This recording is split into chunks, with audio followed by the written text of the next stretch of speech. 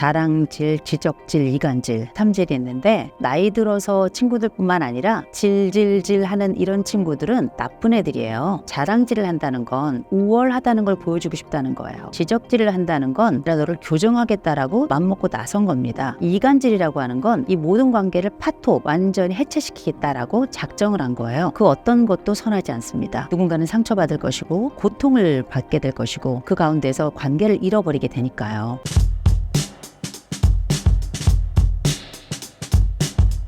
노년기에 친구들을 만나거나 인간관계를 맺는 것에 있어서 하면 안 되는 말들은 무엇이 있을까요? 아마 제가 이 이야기를 시작하면 댓글에 많이 달릴 겁니다. 혼자가 편하다, 무슨 친구냐, 이런 말씀들 많이 달을 수는 있는데요. 그렇게 글을 다는 분들은 상처를 많이 받은 분들이에요. 그간 많이 아팠다는 것, 그간 얼마나 배신이 많았을까, 그간 얼마나 혹독한 시간을 보냈을까 예측이 됩니다. 그러나 분명한 건 우리에게 홀로 있는 시간이 굉장히 도움이 되고 의미가 있어요. 왜냐하면 더 이상 상처받지 않으니까. 그러나 우리가 이런 얘기도 하죠. 요즘 친구들이 왜 결혼을 안 할까? 요즘 친구들은 왜 도무지 결혼을 안 하려고 할까? 이런 생각이 드시죠. 이 친구들이 결혼을 하지 않는 이유는 딱 하나입니다. 내가 상처받아 이 관계가 깨어질까 봐. 그러면 이들은 시작하지도 않게 되거든요. 깨어질 걱정에 사랑조차 시작하지 않는 건 인생에 있어서 너무 서글픈 일 아니겠습니까? 너무 아픈 일 아니겠어요? 그런데 우리가 때로는 알고 있죠. 사랑은 깨지지요. 그러나 다시 피어난다는 걸 우리는 알고 있어요. 생애를 통해서. 우정도 마찬가지입니다. 때로는 깨어지지만 때로는 새로운 우정이 우리의 과거 우정보다 더 단단하게 우리의 관계를 마치 인생의 악교처럼 딱 붙여놓는 경우들이 있어요. 그런 것처럼 관계가 참 힘들었지만 우리는 또 새로운 꿈을 꿀 수 있는 거고요. 이 새로운 꿈을 꿔야 되는 이유가 과거하고는 완전히 다른 세상이 됐기 때문입니다. 과거에는 쇼펜하우어가 이야기하죠. 손절 얘기 많이 하고 사람 만날 필요 없고 사랑에 배신당할 필요 없다라고 얘기를 하는데 쇼펜하우어 교수가 있을 땐 그 이야기가 맞아요. 왜냐하면 그때는 60 됐을 때까지 살아있는 사람들이 별로 없었어요. 지금은 60에 환갑잔치도 안 합니다. 요새 60에 환갑잔치 하잖아요. 어르신들이 그런 데잖아요. 야, 요즘은 애들도 잔치하냐. 이런 얘기 하실 정도인데 그 얘기는 우리의 생애가 워낙에 길어졌고요. 이 길어진 생애 속에 사람의 행복감을 만드는 방법이 여러 가지가 있는데 지금은 망의 시대예요. 곧 우리는 의료의 망을 통해 교육의 망을 통해 또 복지의 망을 통해서 나의 생애 안정성과 행복감까지 삶의 만족도도 많이 결정이 되는데 거기 빠질 수 없는 또 하나의 망이 뭐냐면 관계의 망입니다. 이제는 그 각각의 망들이 얼마나 탄탄하게 층위를 이루면서 나를 단단하게 받치느냐에 따라서 나라는 사람의 존재가 달라지는 거예요. 근데 우리가 교육의 망이나 의료의 망이나 복지의 망은 시스템입니다. 그런데 관계의 망은 아니에요. 관계의 망은 다분히 사적으로 연결되고 여러분 아시잖아요. 이 관계라고 하는 것, 내가 어려운 일이 있을 때 누군가 나를 도와줄 것이다 라고 하는 것이 일명 사회적 연대감이라고 하는 건데 우리나라가 OECD에서 사회적 연대감이 꼴찌입니다. 그런데 사회적 연대감이 꼴찌라는 것이 얼마나 고통스러운 미래를 가져오는가를 최근 새로운 지표를 통해서 알 수 있어요. 그게 바로 뭐냐? 노인의 자살률입니다. 우리나라 75세 이상 또 80세 넘어가면 자살률이 상상할 수 없이 높아져요. 내가 명이 다해서 돌아가는 것과 내가 스스로 고의적 자해, 다시 말해서 극단적 선택을 하는 건 완전히 다른 일이에요. 이분들이라고 과거가 없었겠습니까? 이분들이라고 결혼을 하고 아이를 낳고 그렇게 성장을 보고 인생의 성취가 없었을까요? 그렇지 않았을 거예요. 때로는 빈곤이 이들을 궁지로 몰아갈 수도 있고요. 때로는 이들이 질병이 이들을 궁지로 몰아갈 수도 있고요. 할 일이 없는 무의가 이들을 궁지로 몰아갔을 수도 있을 겁니다. 그러나 이들이 가지고 있는 가장 큰 어려움 중에 하나는 뭐냐면 대화를 나눌 사람이 없다는 거예요. 하루에 단 한마디도 하지 않아요. 우리가 흔히 현대 노인의 4가지 고통을 말합니다. 그걸 흔히 빈병고무 제가 이렇게 설명을 하는데 빈곤이고요. 질병이고요. 고독이고요. 무의, 할 일이 없는 것입니다. 이 한 가지만 있어도 고통스러운데 사실 우리나라 어르신들 중에 이 4가지를 동시에 다 가지고 계신 분들이 많기도 해요. 그러나 이 중에서도 가장 어떤 것이 고통스럽습니까? 이렇게 이야기를 하면 각각 다 힘들지만 고독이라는 게 무서울 정도로 삶의 영혼을 파고 들어가서 완벽하게 그 존재를 찢어놓습니다. 얼마나 무서운 일일까? 1년 내내 누구도 만나지 않는 분들이 계세요. 어떻게 살아가요? 그러면 많은 분들이 유튜브 보면 됩니다. 인터넷 들어가면 보면 됩니다. 그분들이 인터넷을 하고 유튜브를 볼 줄 몰라서가 아니에요. 하루 종일 24시간 잠자는 시간 말고도 유튜브 보는 분들도 계십니다. 그러면 사람이 좋은 것도 있지만 이 유튜브는 알고리즘이라는 게 있어요.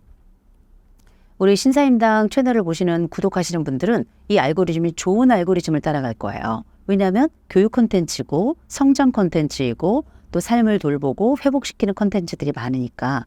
그런데 이 알고리즘은 때로는 내가 선택하지 않은 영역으로 나를 이끌어갈 수도 있어요.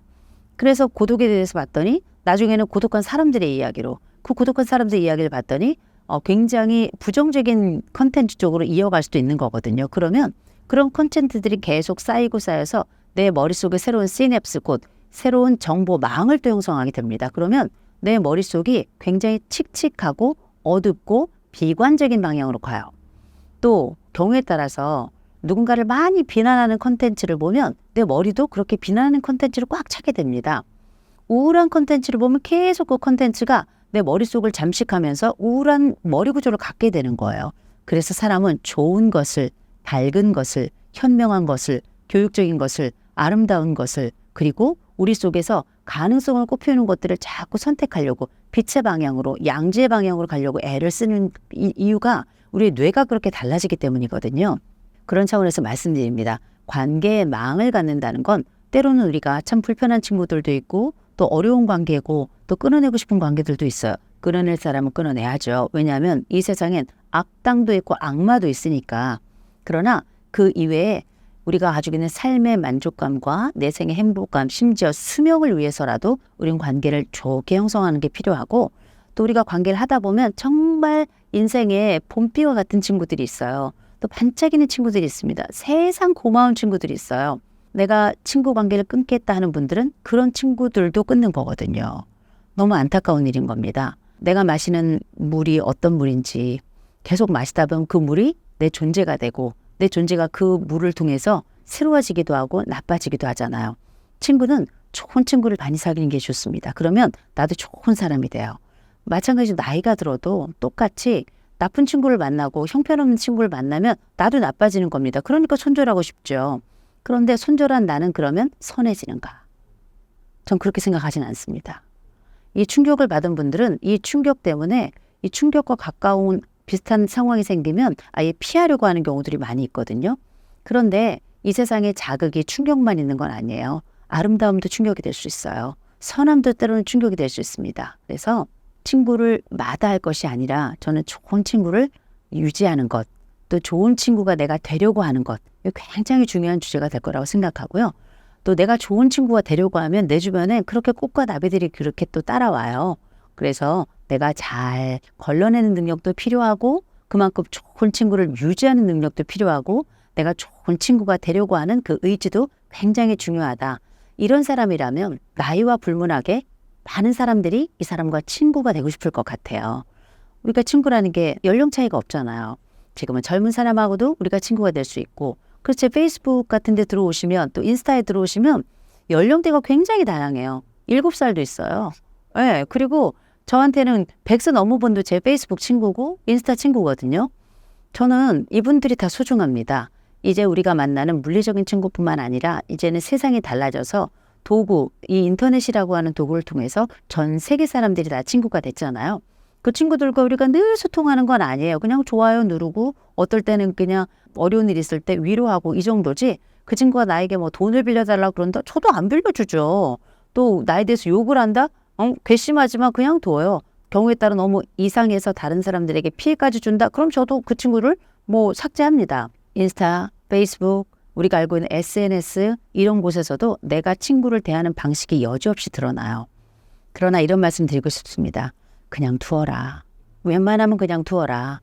그들은 우리가 그들을 밀어내지 않아도 그들이 알아서 우리를 밀어내고 또 너무 이상한 사람들은 그냥 잘라내도 괜찮아요. 그러나 좋은 친구들이 나를 지탱하는 또 나와 함께 희노애락을 만들면서 내 인생의 또 다른 모자이크를 형성하고 내가 60이 되고 70이 되고 80이 되고 90이 되고 100살이 넘어도 함께 소통하는 굉장히 중요한 창구가 되고 내가 그들과 함께 있다는 그리고 그들과 함께 호흡한다는 시대의 함께 어울리는 프렌드 개념이라는 거, 그렇게 프렌십, 곧 우정도 형성된다는 걸 기억하신다면 굳이 밀어낼 필요는 없을 것 같고요. 다만 적절히 걸으시고 무엇보다 여러분들 스스로가 좋은 친구가 되려고 노력하는 그런 모습을 보이신다면 20대도, 30대도, 40대도, 50대도, 나보다 나이가 훨씬 더 많은 90대, 100대도 내 친구가 되려고 할 텐데 그렇다면 그분은 덕이 있는 사람이다. 그리고 이런 덕이 있는 분은 사람들 모두가 다 그분을 칭송하고 그분 가까이 오고 싶어 한다는 거죠. 왜냐하면 향기가 나는 사람이거든요. 아우를 수 있는 자는 능력 있는 자이자 동시에 좋은 인품을 보여주는 자이기도 하다. 흔히 우리는 이분들을 덕이 있다 이렇게 말할 것 같습니다. 이간질, 자랑질, 지적질과 같은 부정적인 요소를 가진 사람들은 어떻게 대처해야 하나요? 나이가 많거나 적거나 상관없이 하지 말아야 될 삼질이 있죠. 자랑질, 지적질, 이간질 이렇게 삼질이 있는데 이거는 꼭 나이 들어서 친구들뿐만 아니라 질질질 하는 이런 친구들은 나쁜 애들이에요. 왜냐하면 자랑질을 한다는 건 우월하다는 걸 보여주고 싶다는 거예요. 지적질을 한다는 건 내가 너를 우월할 뿐만 아니라 너를 교정하겠다라고 맘먹고 나선 겁니다. 이간질이라고 하는 건 이 모든 관계를 파토, 완전히 해체시키겠다라고 작정을 한 거예요. 그 어떤 것도 선하지 않습니다. 누군가는 상처받을 것이고 또 누군가는 고통을 받게 될 것이고 또 누군가는 그 가운데서 관계를 잃어버리게 되니까요. 이 모든 것들이 특별히 나이 들면 일어나면 안 되는 시기에 생각보다 또 자주 일어나요. 왜냐하면 그때가 되면 주제가 굉장히 제한이 됩니다. 대화의 주제가. 그러면서 함께 모여도 일하는 친구들도 별로 없어요. 또 그러면 우리가 가진 것들 선에서 이런저런 얘기를 하다 보면 우리가 노년이라고 하는 게 참 어떻게 보면 양극화가 되기가 쉬운 때예요. 가진 애들 준비가 잘 된 애들은 그렇게 가진 것 많고 있는 것 있으니까 있는 것에 대해서 자연스럽게 얘기하는데 나는 그걸 지금 가지고 있지 않으니 상대적으로 박탈감 느끼면서 그 친구가 하는 말이 자랑질처럼 느껴지는 거고. 근데 이게 누가 봐도 또 절대값으로 자랑질을 하는 친구들이 있어요. 그중에서도 손주 자랑하고 자식 자랑하고 돈 자랑하고 가방 자랑하고 저는 이분들 자랑해도 괜찮다고 생각합니다. 손주 자랑하고 돈 자랑하고 자식 자랑하고 뭐 가방 자랑할 것 같으면 돈 내고 하면 돼요. 한 번 자랑할 때마다 10만 원씩 냈으면 좋겠어요. 왜냐하면 듣기 싫은 거 우리가 강제로 앉아있으니까 우리는 뭐 하냐면 의무교육을 받은 거거든요. 의무교육을 받고 심지어는 약간의 고문을 당한 거거든요. 그러면 값을 치러야죠. 치료비는 내야죠. 그런데 때로는 이런 생각도 해봐요. 나는 왜 그게 고깝게 들릴까? 나는 왜 그 말이 불편할까? 나는 그 친구가 하는 그냥 하는 말일 수도 있을 텐데 왜 그게 자랑으로 들리고 왜 그냥 하는 말일 수도 있는데 그게 지적으로 들리고 그냥 한 얘기인데 나한테는 그게 나와 또 다른 친구들에 대한 이간질로 들릴까? 이런 성찰의 생각도 한 번은 해볼 좀 필요가 있을 것 같아요. 내가 오해하는 것일 수도 있거든요. 그런데 오해가 아닌 경우들도 있어요. 만날 때마다 매번 한 번도 빠짐없이 언제나 그런다면 이건 참 덕이 부족한 친구가 내 앞에 앉아있다 이렇게 생각하셔야 돼요. 아, 얘가 모질이구나. 상황 파악을 못하는구나. 왜냐하면 이런 친구는 나만 싫어하는 게 아니에요. 인류가 싫어해요. 그러면 이 친구는 자기의 자랑이라고 얘기하고 어깨가 으쓱거릴지 모르겠지만 다른 친구들의 눈치를 읽는 일명 맥락 민감성이 떨어지는 친구고요. 또 지적질을 하고 거기에 대해서 뭔가를 고치라고 얘기를 한다는 거는 자기의 주제를 모르는 거고요. 세 번째로 이간질을 한다는 건 그 나이에 그러고 싶니? 그래서 결국은 내 친구를 뺏어서 자기로 가져가겠다는 거 아니겠어요? 그럴 정도의 친구면 나랑 그 친한 그 친구가 이미 그 친구도 알아봐요. 그러니 너무 염려하지 마시고 그 사람을 불쌍히 여겼으면 좋겠습니다. 그런데 이런 과정들이 반복되잖아요. 그러면 그 모임 자체가 그 친구를 싫어해요. 그래서 그 친구를 제외한 또 다른 방이 생겨납니다. 이게 자연스럽게 도태되는 거예요. 그러니 우리가 손절이고 뭐고 할 게 없어요. 근데 여기서 정말 중요한 건 혹시 내가 그 사람은 아닌가 생각해 봐야 됩니다. 나도 자랑하고 나도 지적하고 나도 이간질을 하는데 나보다 더한 애가 있으면 그게 싫은 거거든요. 혹시 내가 그런 사람은 아닌가 한번 좀 살펴보는 거 되게 중요할 것 같고요. 다만 한 가지 제가 제안을 드리는 건 이런 자랑질을 하는 친구도 있고 또 지적질을 하는 친구도 있고 때로는 이간질을 하는 친구들도 있는데 그걸 콕 집어서 또 한번 반격하는 친구들도 있고요. 그냥 가만히 지켜보는 친구들도 있고요. 그런 얘기를 했을 때 또 다른 주제를 제안하는 친구들도 있어요. 그 주제들을 멈추고 다른 얘기를 하도록 그런 화제 전환을 하는 거죠. 저는 오히려 이런 친구들이 못마땅하다면 저는 화제 전환을 할 수 있도록 화제 전환 주제를 가져가는 것도 좋을 것 같아요. 그래서 제가 많이 권하는 것 중에 하나가 뭐냐면 진짜 할 수 있는 자랑질이 너무 좋은 게 있어요. 그게 뭐냐면 책이에요, 책. 우리가 예를 들어서 자주 정기적으로 만나는 친구들이고 또 이런 친구들끼리 자주 만나다 보면 할 얘기가 없어요. 그럼 결국 고민 끝에 내가 내놓은 주제가 자랑이었던 거거든요. 그래서 이럴 때는 일종의 스터디 모임처럼 내가 그 화제를 바꿔도 돼요. 그래서 예를 들어서 뭐 내가 봤던 시 아니면 내가 읽었던 소설 아니면 내가 최근에 봤던 정보를 출력해 가는 거예요. 출력해 가서 야 내가 이번에 이런 시를 봤는데 진짜 좋더라. 그래서 너희랑 한번 나눠보려고 내가 이번에 이런 정보를 봤는데 어떤 유튜브 이런 걸 봤는데 이런 게 좋다 그래서 내가 그거 한번 출력해 와봤어. 그러면 주제가 확 바뀌는 겁니다. 그러면서 모두가 동의할 수 있는 주제로 넘어가는 경우가 많아요. 그래서 거기엔 당연히 종교나 아니면 정치 주제는 빼야 되겠죠. 전반적으로 내가 만날 때마다 그 그룹에서 동일한 주제가 나오고 화제가 맴돌면서 그 주제가 긍정적이지 않다면 거기에 새바람을 내가 불어넣는 것도 괜찮다. 그럼 어떤 분들이 굳이 왜 내가? 그러면 내가 이런 생각이 들면 내가 그 모임에 빠지면 되는 거예요. 그런데 이렇게 빠지고 저렇게 빠지면 나는 남은 생에 혼자 있어야 될 겁니다. 때로는 못마땅하더라도 견뎌라. 언제까지 견디지 않고 싫으면 내 맘대로 살겠다? 나이 들어도 내 맘대로 못 살아요. 우리가 자식하고의 관계를 보세요. 내 맘대로 살 수 있습니까? 자식 눈치 보고 사는 거예요. 내가 며느리를 봤다. 며느리 눈치 보는 거예요. 사위에 온다. 사위 눈치 보는 겁니다. 때로는 우리가 다 이렇게 여전히 공동체 속에 머무르고 있고 작고 크지만 작은 그룹 속에 머무르고 있는 건데 그 모임 속에서 내가 튕겨나올 수도 있는 거고요. 그 모임을 참을 수도 있는 거고요. 그 모임을 변화시킬 수도 있는 거거든요. 어떤 것이든지 선택 가능해요. 나오시고 싶으면 나오셔도 됩니다. 또 그 안에 견디고 있다? 그럼 또 내가 견디는 인내력이 있는 거예요. 근데 내가 그걸 또 변혁을 좀 주고 싶다? 그러면 그 모임 속에서 새로운 바람을 순풍을 불어넣는 과정이 어떤 것이 좋을까 한번 생각해 볼 수도 있다라는 거죠. 그래서 여러분이 모여있는 그 모임이 어떤 얘기가 나오는지를 보면 여러분의 수준을 알 수 있는 거예요. 그들을 나무랄 필요 없어요. 내가 그곳에 있다면 나도 그 수준인 겁니다. 그곳을 내가 튕겨 나왔다. 다른 모임에 갔다. 또 그런 모임에 그런 게 있다. 그럼 내가 그 수준이라고 생각하시면 됩니다. 그럴 때 그 수준을 올릴 수 있는 방법을 찾아낸다면 나도 업그레이드 되고 그 모임도 업그레이드 될 테니 우리는 어쩌면 그 속에서 새로워질 수 있을 것이고 그 모임도 새롭게 만들 수 있을 것이되 때로는 그 모임 속에 동화가 될 수도 있고 그 모임 속에서 퇴행이 될 수도 있을 것이다. 모든 것이 우리의 선택일 수 있는데 저는 그저 좋은 선택을 했으면 참 좋겠다 싶습니다. 마지막으로 신사임당 구독자분들께 한 말씀 부탁드립니다. 우리 신사임당 구독자 여러분 만나 뵙게 돼서 정말 좋았고요. 우리가 나눈 이야기가 서로에게 선한 이야기가 되고 서로에게 선한 바람이 됐으면 참 좋겠습니다.